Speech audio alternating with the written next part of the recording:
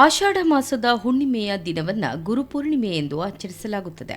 ಮಹರ್ಷಿ ವೇದವ್ಯಾಸರ ಜನ್ಮದಿನ ಹಾಗೂ ಆದಿಯೋಗಿಯಾದ ಶಿವನು ಮೊದಲ ಗುರುವಾಗಿ ಜ್ಞಾನ ಬೋಧನೆ ಆರಂಭಿಸಿದ ದಿನವೆಂದು ನಂಬಲಾಗಿದೆ. ಗುರುಪೂರ್ಣಿಮೆ ದಿನದಂದು ಗುರುಗಳ ಆಶೀರ್ವಾದ ಪಡೆಯೋದು ಬಹಳ ಮಹತ್ವದ್ದು ಎನ್ನಲಾಗಿದೆ. ಈ ಹಿನ್ನೆಲೆಯಲ್ಲಿ ಗುರುಪೂರ್ಣಿಮೆ ದಿನವಾದ ಬುಧವಾರ ಮಂಗಳೂರಿನ ಚಿಲಿಂಬಿ ಶ್ರೀ ಶಿರಡಿ ಸಾಯಿಬಾಬಾ ಮಂದಿರದಲ್ಲಿ ವಿಶೇಷ ಪೂಜೆ ಪ್ರಾರ್ಥನೆ ನೆರವೇರಿಸಲಾಯಿತು. ಶ್ರೀ ಸಾಯಿಬಾಬಾರ ಉತ್ಸವ ಮೂರ್ತಿ ಹಾಗೂ ಪಾದುಕೆಯನ್ನು ಭಕ್ತರ ಸಮ್ಮುಖದಲ್ಲಿ ಪೂಜಿಸಲಾಯಿತು. ವಿವಿಧ ಪುಷ್ಪಗಳಿಂದ ಸಾಯಿಬಾಬಾ ವಿಗ್ರಹವನ್ನು ಅಲಂಕರಿಸಲಾಗಿತ್ತು. ಸಾವಿರಾರು ಭಕ್ತಾದಿಗಳು ಪಾಲ್ಗೊಂಡು ಪೂಜೆಯಲ್ಲಿ ಭಾಗಿಯಾಗಿ ಪುನೀತರಾದರು.